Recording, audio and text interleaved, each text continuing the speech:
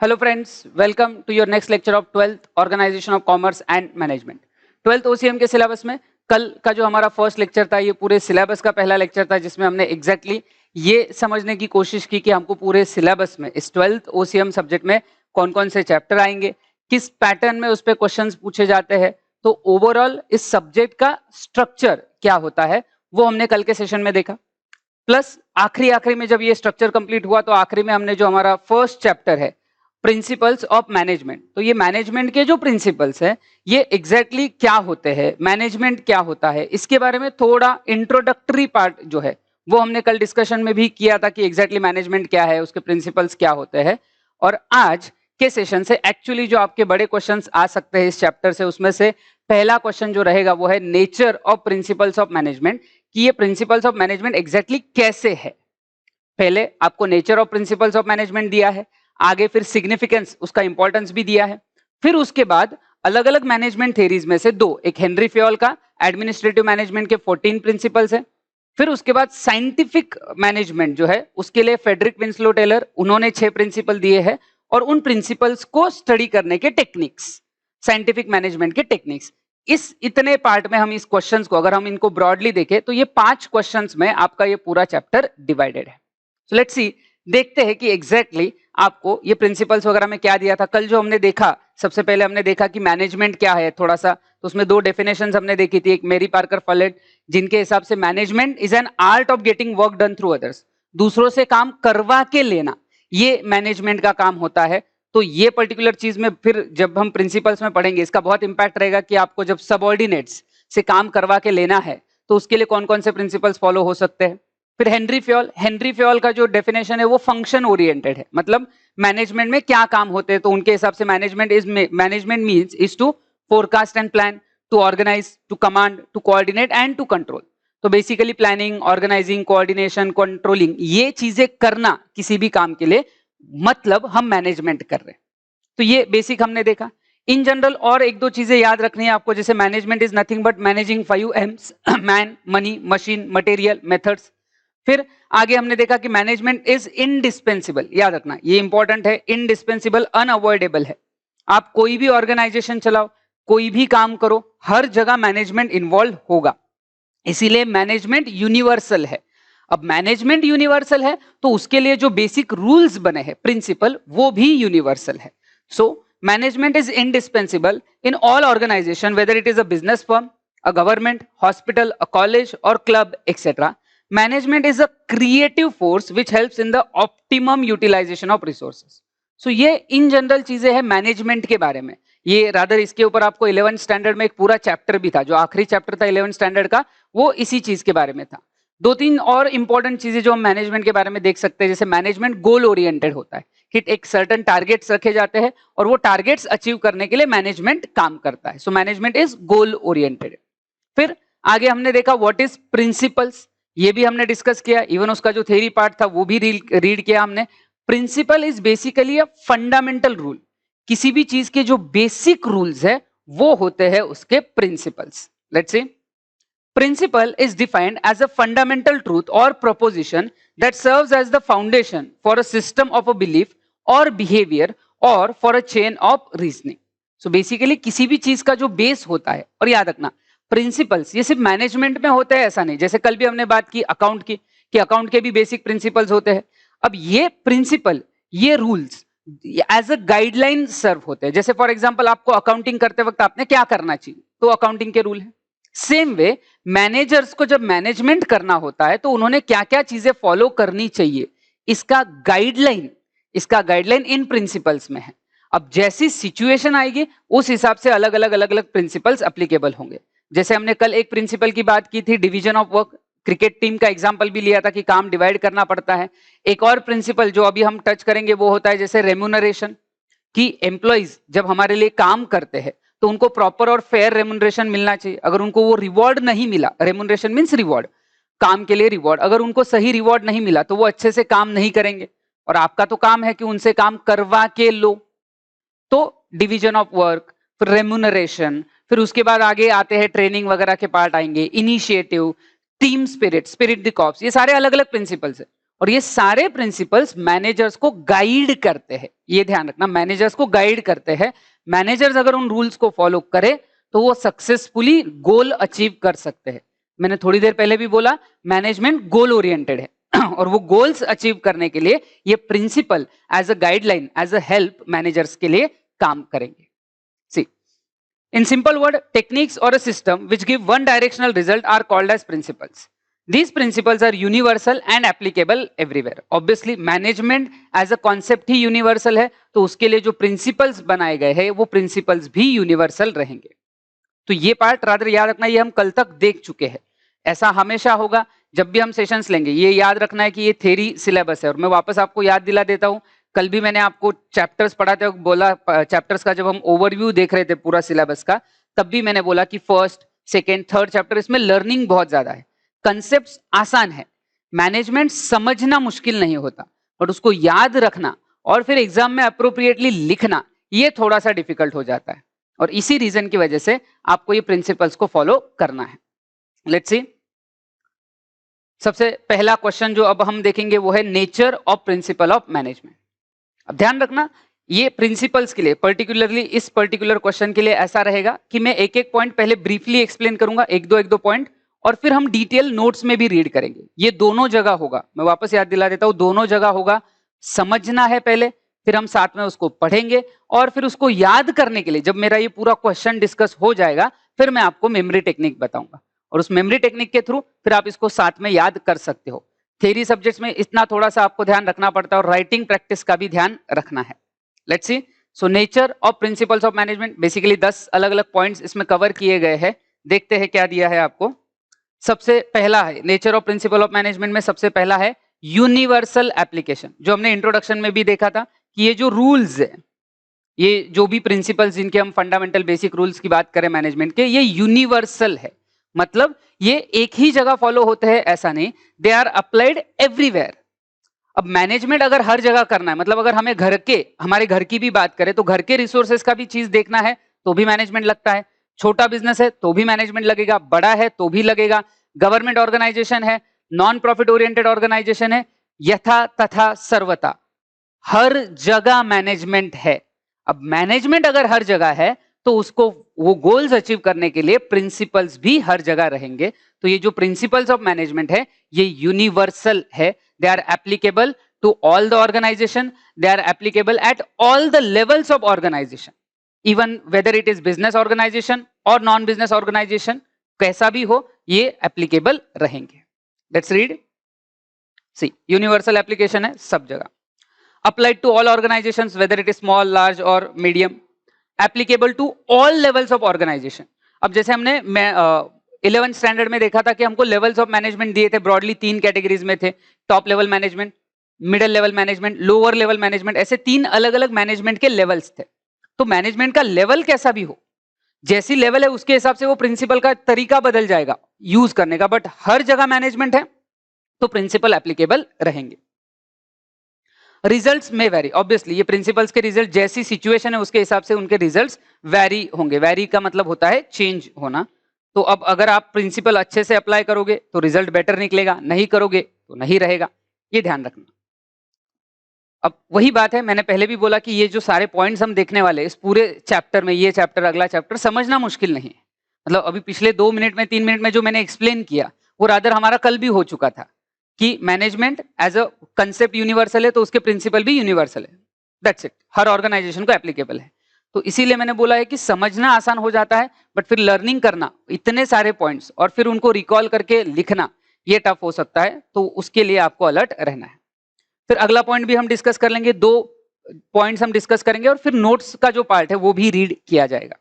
सी, general principles, ये general guidelines है, general rules है जो हर जगह फॉलो हो सकते हैं। See, management principles provides general guidelines to solve the organisational problems which management principles are to be applied depends upon the situation, size and nature of organisation. याद रखना, जो हमने पहले भी देखा था कि जैसी सिचुएशन है उस हिसाब से आपको डिसाइड करना है कि कौन सा प्रिंसिपल अप्लाई करना है।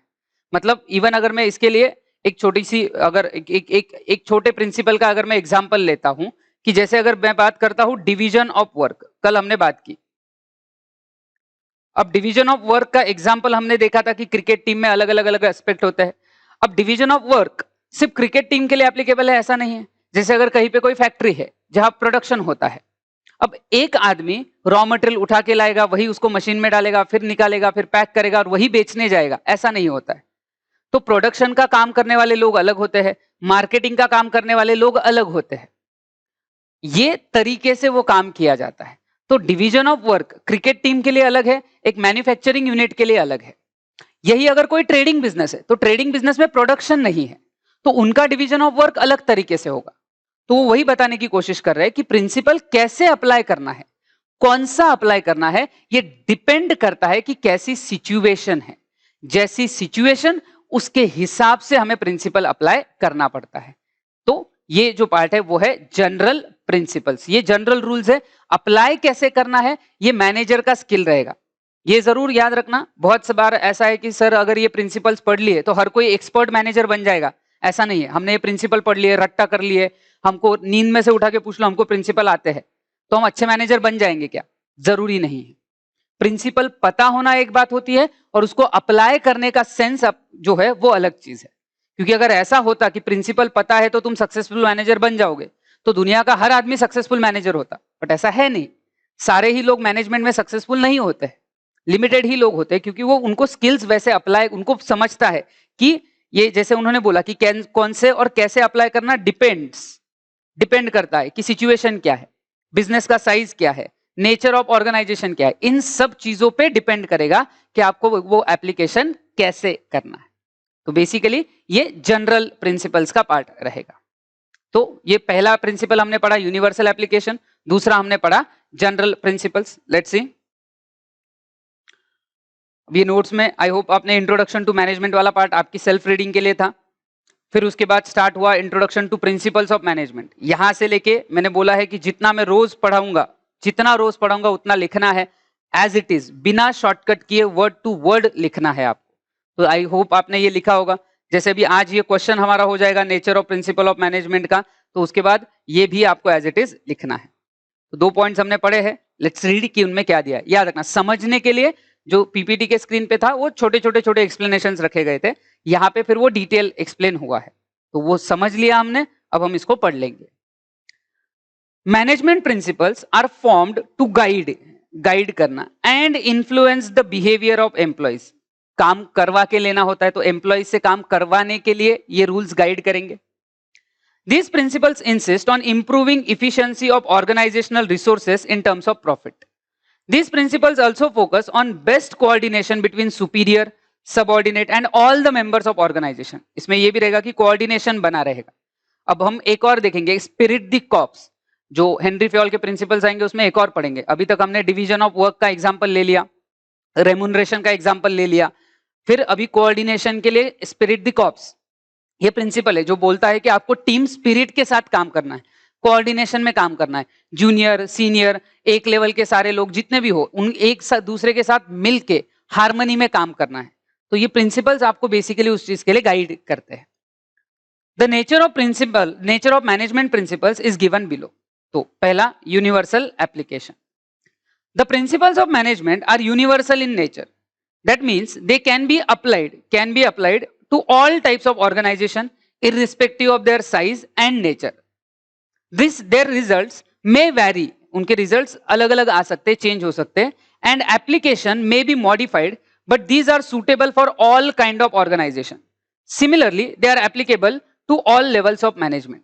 तो जब मुझे बोलना है कि ये यूनिवर्सल है, तो कोई भी ऑर्गेनाइजेशन, कोई भी सिचुएशन, कोई भी लेवल, हर जगह हम उनको अप्लाई कर सकते हैं। अप्लाई करने का तरीका अलग अलग हो सकता है। जैसे क्योंकि बिजनेस अलग है, जैसे मैंने अभी बोला कि प्रोडक्शन वालों का डिवीजन ऑफ वर्क अलग रहेगा, मैन्युफैक्चरिंग वालों का, ट्रेडिंग वालों का अलग रहेगा, सर्विस वालों का और अलग रहेगा।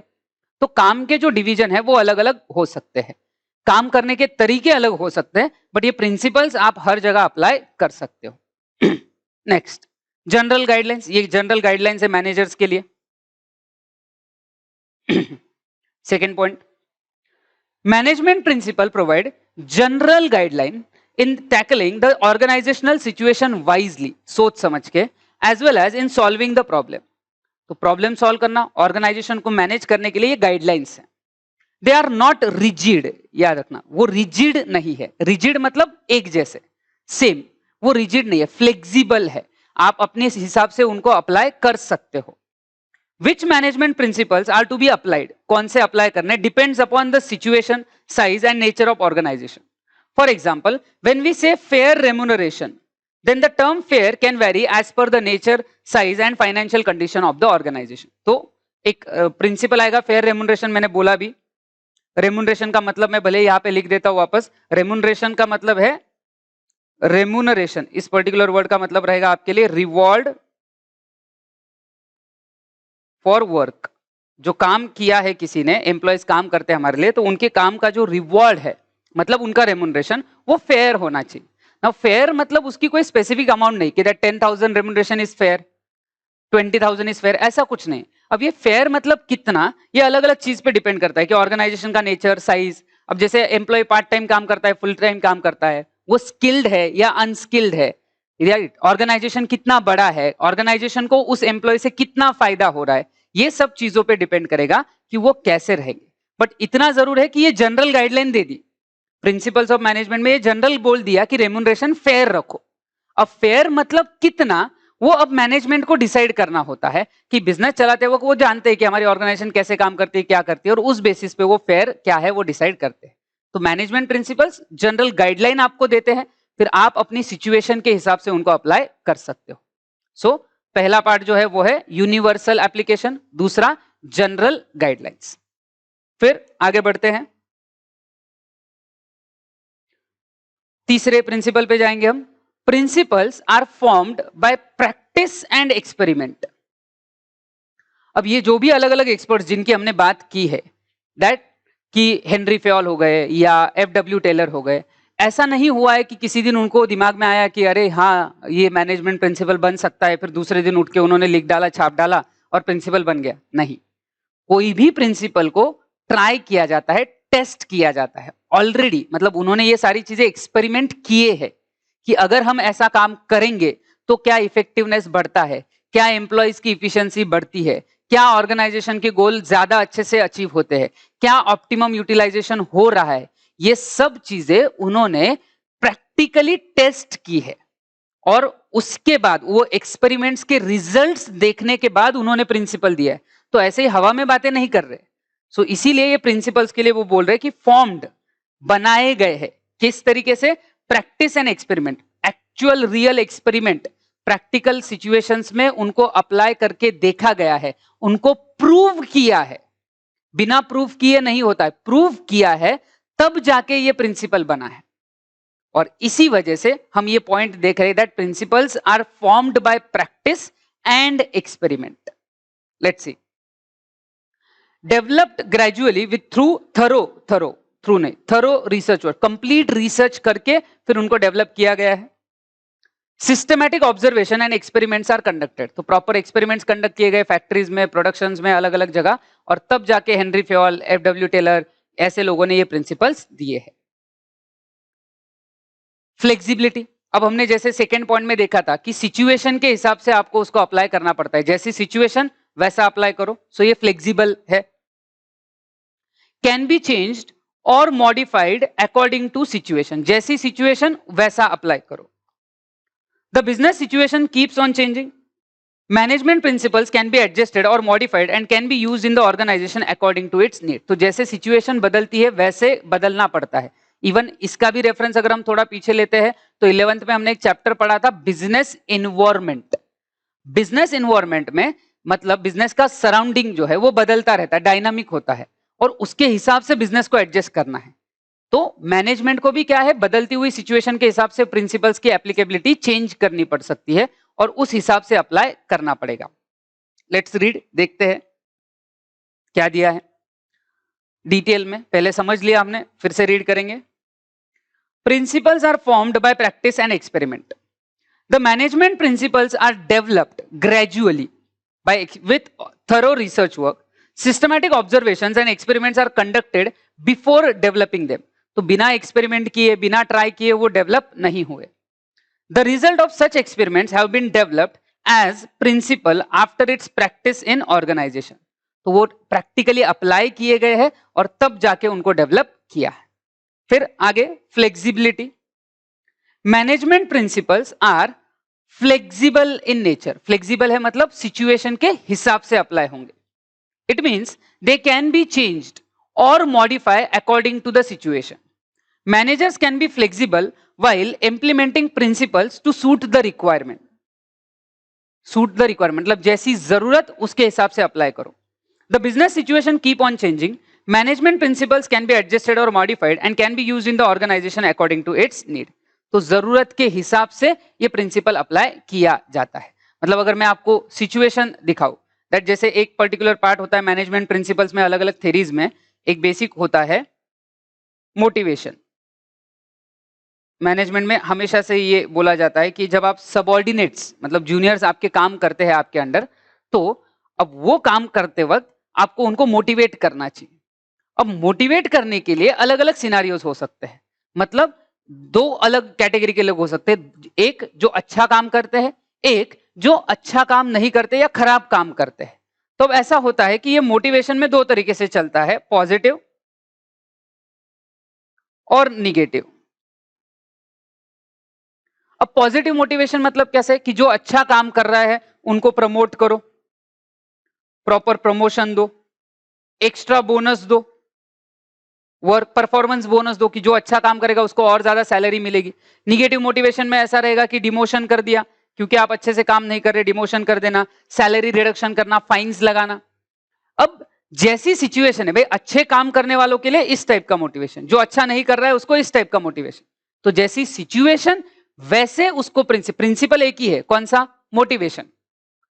बट डिपेंडिंग अपॉन सिचुएशन आपको उसे अप्लाई करना पड़ता है, फ्लेक्सिबल रहना है। तो है वही प्रिंसिपल, वही है, गाइडलाइन वही है, बट उसको अप्लाई कैसे करना ये सिचुएशन पे डिपेंड करता है। उस सिचुएशन के हिसाब से मैनेजमेंट को वो डिसाइड करना है कि इसे एप्लीकेबल कैसे करना है। अब जो मैनेजर इनको अच्छे से अप्लाई कर पाता है वो सक्सेसफुल होगा, जो नहीं कर पाता है वो नहीं होगा। सो ये ध्यान रखना फ्लेक्सिबिलिटी कि मैनेजमेंट के जो प्रिंसिपल्स हैं वो फ्लेक्सिबल होने चाहिए। फिर आगे बढ़ेंगे अगले पॉइंट में अगर आते हैं। सो फ्लेक्सिबिलिटी।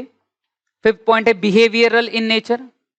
अब याद रखना जैसे मैंने अगर बात की थी ये it deals with the human behaviour. Human behaviour के साथ ये पार्ट बहुत जुड़ा हुआ होता है। अगर आपको याद होगा जैसे हमने देखा था management is nothing but managing 5 M's, तो जिसमें हमने 5 M's में अगर आपको याद होगा तो man, machine, method, material and money.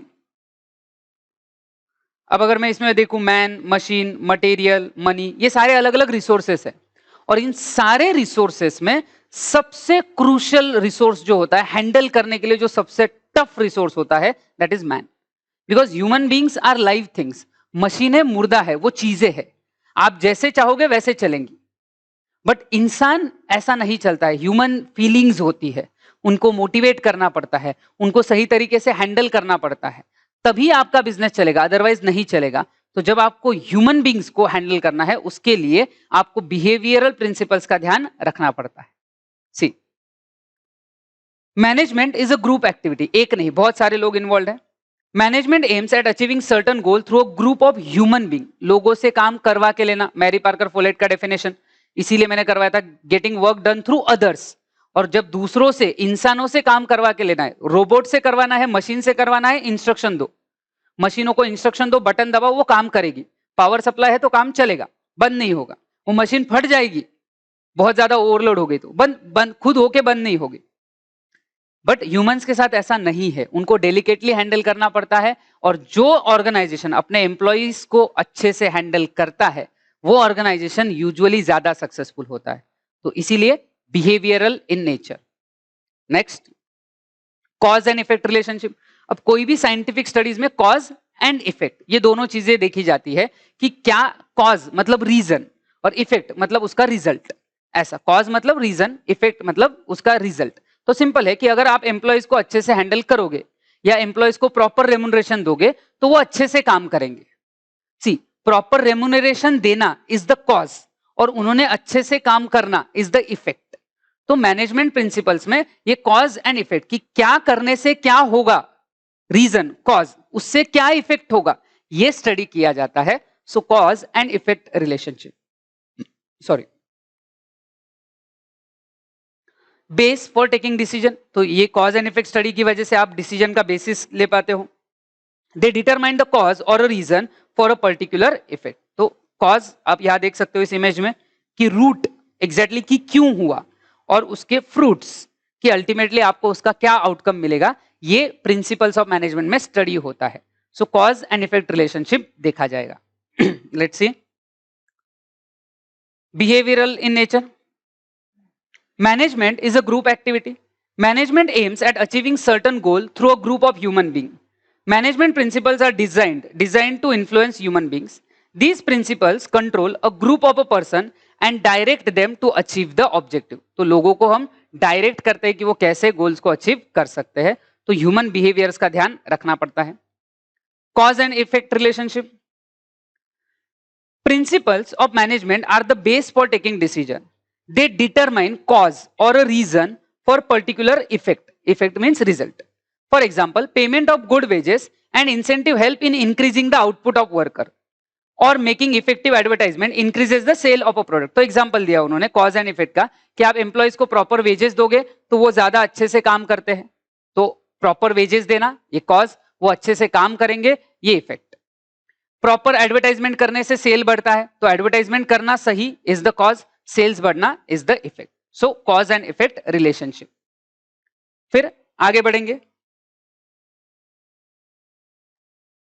All principles are of equal importance. अब जितने भी हम देखेंगे सारे इक्वली इंपॉर्टेंट है, एक ज्यादा एक कम ऐसा नहीं है. भले वो हम सिचुएशनल अप्लाई करते हैं बट सारे के सारे इक्वली इंपॉर्टेंट है. All principles of management are of equal importance.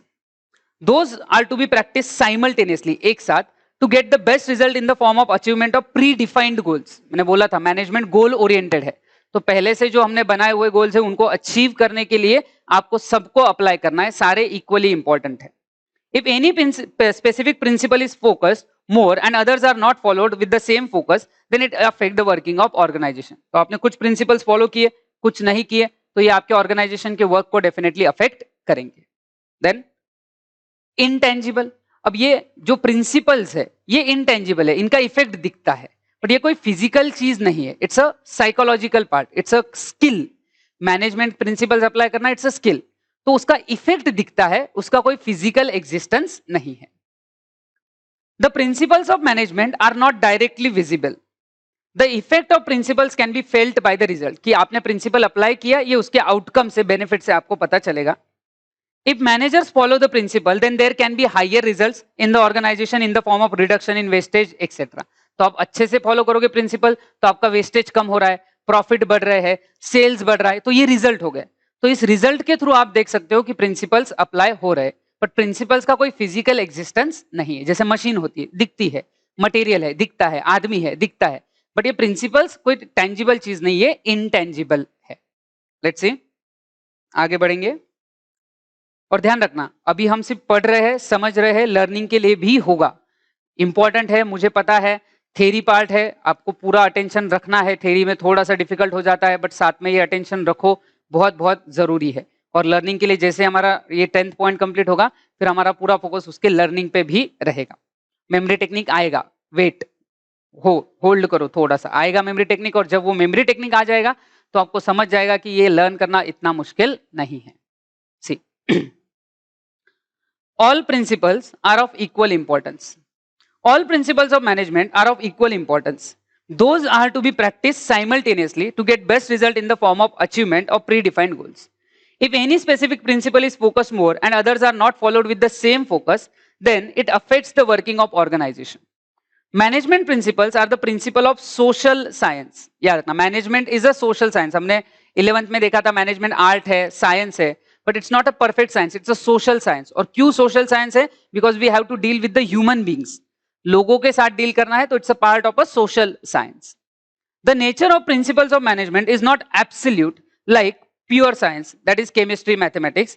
With some modifications according to requirement, organization needs to apply the principles of management. तो जैसी situation वैसा आपको adjust करना पड़ता है because it's a social science. Next, intangible. The principles of management are not directly visible. The effect of principles can be felt. उनका effect देखा जा सकता है by results. If managers follow the principle, then there can be a higher results in the organization in the form of reduction in wastage, optimum utilization of resources, optimum use of resources, motivated and dedicated workforce, higher efficiency. ये सारे positive outcomes है उसके. ध्यान रखना क्या क्या बोल रहे हो वो. Higher results in the organization in the form of reduction in wastage. आपके organization में wastage हो रहा था वो कम हो गया. Resources का utilization optimum हो गया. Motivated and dedicated workforce, higher efficiency. तो इन results के through हम इन principles का इन मतलब effect देख सकते हैं, but उनका कोई physical existence नहीं है. So that was 8th point. फिर आगे बढ़ेंगे. 9th, influencing human behaviour. Human beings के साथ डील करना बहुत डिफिकल्ट होता है और वही इन्फ्लुएंस करना है, करवा के लेना है काम उनसे. Management principles are directed towards regulating human behavior so that people give their best to the organization. But many a time, the complexity of human behavior makes the application of principle difficult. Obviously, ये इतना आसान नहीं है. मतलब हम बात कर रहे हैं कि अच्छे से काम करो, अच्छे से प्रिंसिपल फॉलो करो. मुझे सिखाते वक्त, आपको सुनते वक्त, पढ़ते वक्त बात करना बहुत आसान है. टेक्स्ट बुक में लिखते वक्त लिखने वाले ऑथर के लिए भी आसान है कि ये करो अच्छा हो जाएगा, वो करो अच्छा हो जाएगा. बट करते वक्त आपको उस कॉम्प्लेक्स डिफिकल्ट सिचुएशन को हैंडल करना पड़ता है. C evolutionary. Management principles are evolutionary in nature. मतलब वो इवॉल्व हो रहे हैं. ऐसा नहीं है कि जो प्रिंसिपल्स हम देख रहे हैं जैसे एडमिनिस्ट्रेटिव मैनेजमेंट के प्रिंसिपल्स हेनरी फ्योल के देखेंगे, फिर साइंटिफिक मैनेजमेंट के प्रिंसिपल्स देखेंगे तो उतने प्रिंसिपल्स में हो गया, ऐसा नहीं. डे बाय डे नए नए मैनेजमेंट टेक्निक्स आते रहते हैं. जैसे फॉर एग्जांपल एक TQM करके होता है, टोटल क्वालिटी मैनेजमेंट. फिर एक होता है 6 सिग्मा जो अलग अलग एंगल से एक ऑर्गेनाइजेशन को देखता है. तो ऐसे अलग अलग मैनेजमेंट टेक्निक्स है जो डे बाय डे डेवलप होती है, बिकॉज बिजनेस डायनामिक होता है. जैसे बिजनेस आज से 100 साल पहले चल रहे थे वैसे ही आज नहीं चलते. 100 साल पहले की सिचुएशन अलग थी, आज सिचुएशन अलग है.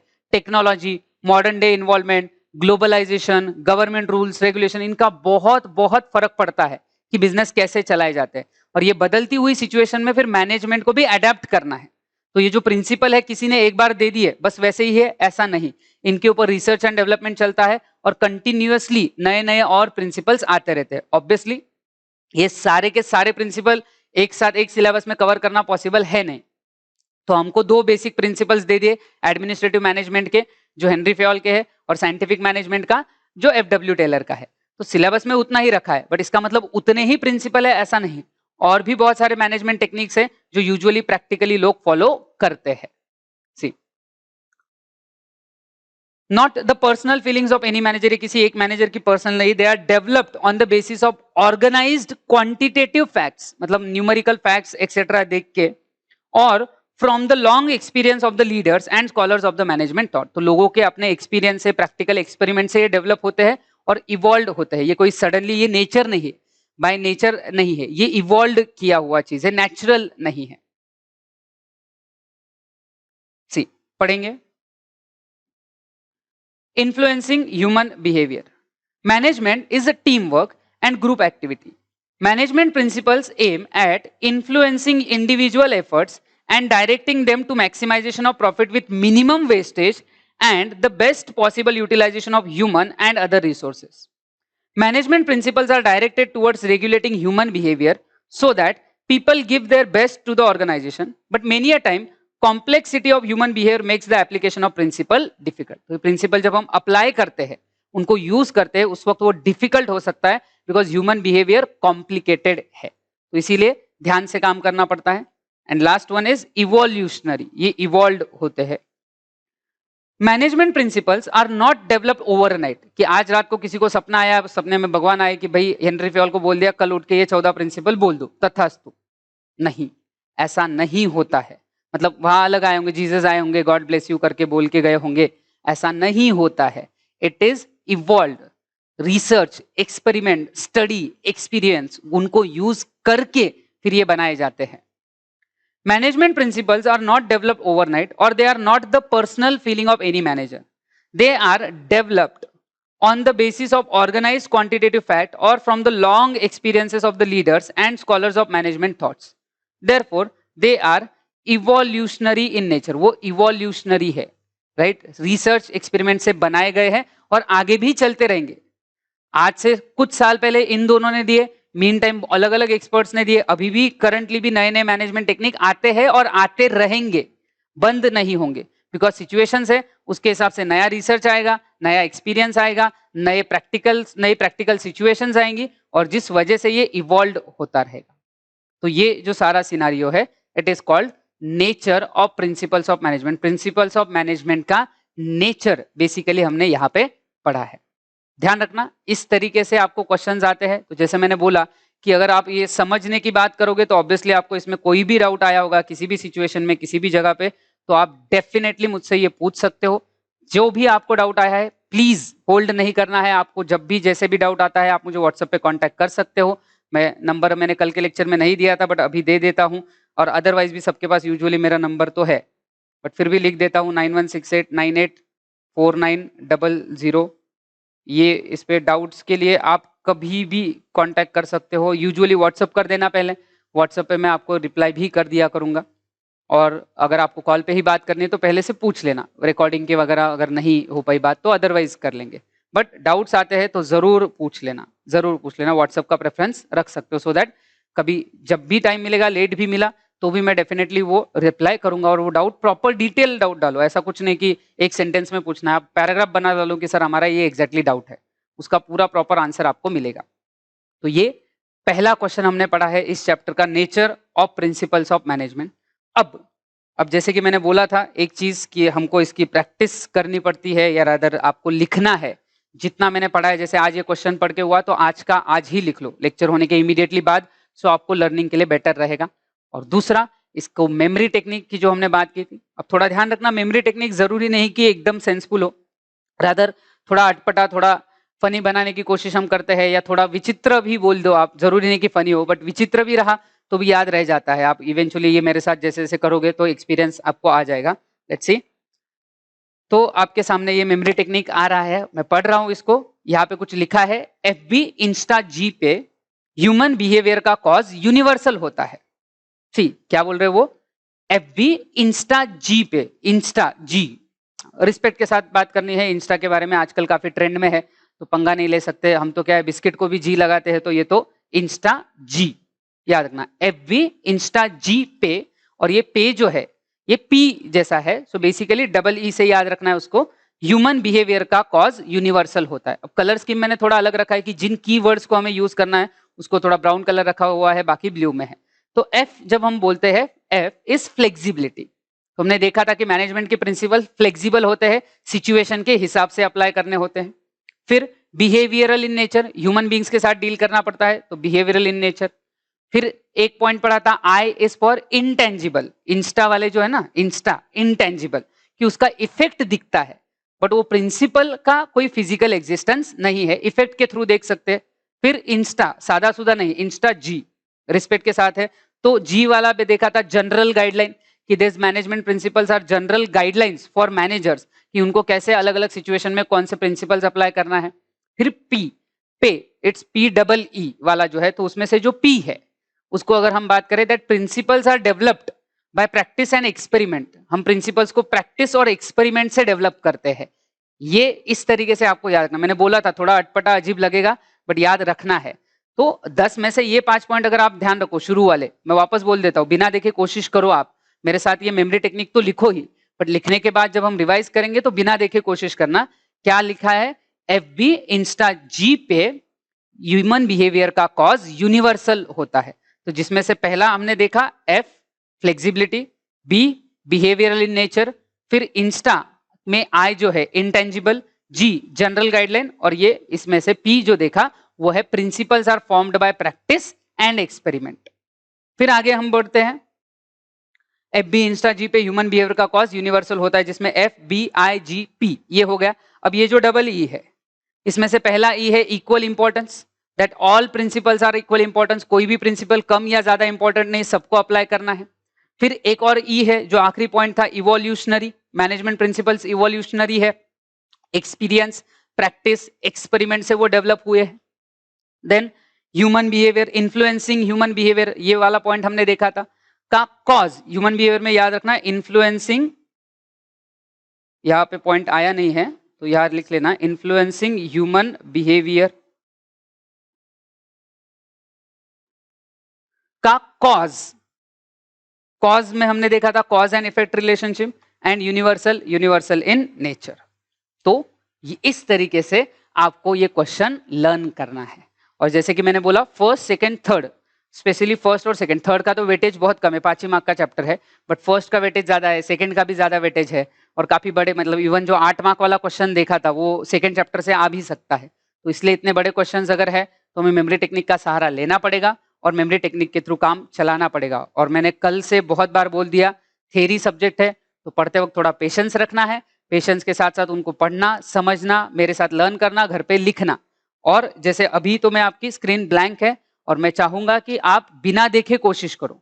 और याद रखना जब मैं क्वेश्चन पूछता हूं, जैसे मैं अभी ये वीडियो लेक्चर पे आप मेरा ये लेक्चर देख रहे होंगे, तो मैं क्वेश्चन जब पूछता हूं तो ऐसा नहीं है कि आपको घर पे बैठे रहना है, चिल्लाना है मेरे साथ, आंसर देना है। पैसे भरे आपने, बहुत सारे पैसे दिए हैं, प्रीमियम फीस चार्ज करता हूं मैं, और उसके पैसे दिए हैं आपने ये लेक्चर्स देखने के लिए, तो उसका फायदा होना चाहिए।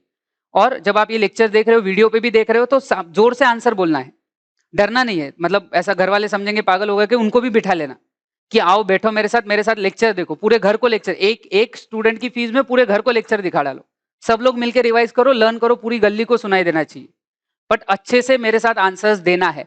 इवन जो लोग मेरे पास क्लास में, कभी आपके बैच के लिए पिछले साल भी ऑनलाइन ही चला, अभी भी ऑनलाइन चल रहा है, जो एक्सपीरियंस अगर आप पास स्टूडेंट को पूछोगे तो क्लास में भी हम ऐसा ही रिवाइज करते हैं कि जब मैं क्वेश्चन पूछता हूं तो सबको आंसर देना होता है, कंपलसरी होता है।